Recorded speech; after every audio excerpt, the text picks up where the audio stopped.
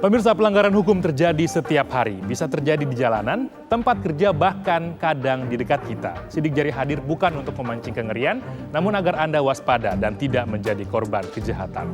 Selama 30 menit ke depan, bersama saya Imran Tajudin, inilah Sidik Jari. Hati-hati, kejahatan ada di sekitar kita.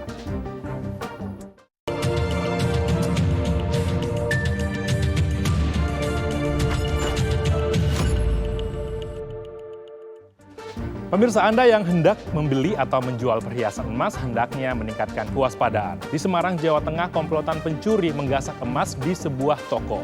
Berbekal informasi dan rekaman kamera pengawas, 10 anggota komplotan pencuri ini berhasil dicokok polisi.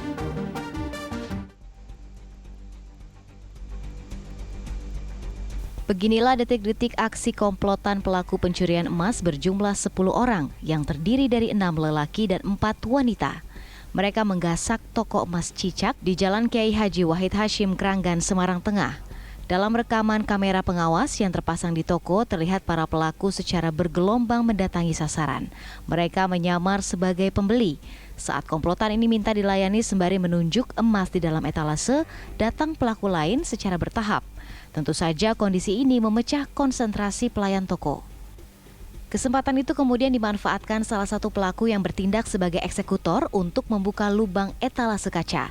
Ia kemudian mengambil sejumlah emas menggunakan sebuah alat yang dirancang khusus. Meski berhasil kabur dan dapat menggasak emas senilai 60 juta rupiah, komplotan pencuri pimpinan Subiantoro ini pun harus menyerah. Gerombolan penjahat ini tak berkutik saat disergap tim Resmo Polrestabes Semarang. Mereka digerebek di sebuah hotel di Kabupaten Sragen, Jawa Tengah yang menjadi lokasi persembunyian. Di tempat ini pula mereka menghitung dan membagi emas hasil jarahan. Saat gelar perkara di Mapolrestabes Semarang, terungkap komplotan ini ternyata berasal dari Medan, Sumatera Utara dan Palembang, Sumatera Selatan.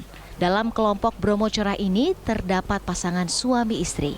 Mereka sengaja merencanakan aksi di Semarang dan membagi peran saat beraksi agar mudah mengelabui pelayan toko emas.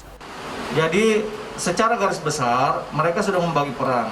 Ada yang sebagai pembeli, ada yang seolah-olah pembeli ngantri sambil menunggu.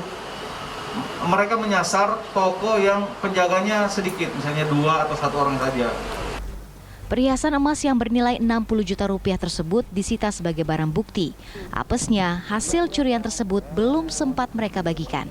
Selain itu disita pula 2 mobil sewaan yang menjadi kendaraan untuk beraksi di beberapa tempat. Untuk mempertanggungjawabkan secara hukum, komplotan pencuri emas ini pun harus meringkuk di sel tahanan Mapolrestabes Semarang. Dari Semarang, Jawa Tengah, Didit Kordias, TV One mengabarkan.